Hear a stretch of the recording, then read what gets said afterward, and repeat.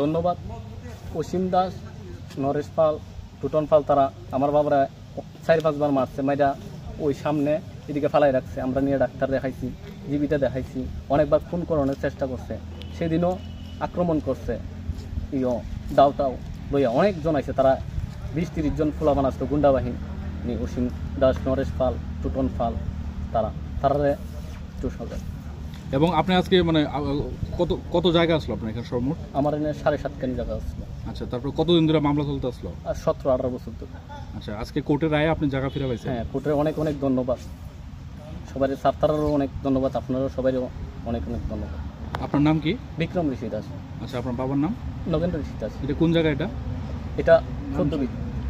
কে এমনিতে দখল করে রাখছিল আগে? অসীম দাস, নরেশ পাল, টুটন পাল, তারা লেগে তো আমার জায়গাটা আমি আইতেই পারি না, তারা দাও দুল হয়ে আয়া পড়ে। আজকে আপনি জায়গা ফিরে পাইছেন? হ্যাঁ, জায়গা ফিরে পাইছি। কোর্টে পুলিশ প্রশাসনকে অনেক ধন্যবাদ যে আমার সহায়তা করার জন্য। আপনার উকিল কে আসলো এই মামলায়? চন্দন দাস, অ্যাডভোকেট চন্দন দাস, সবাই অনেক অনেক। ঠিক আছে।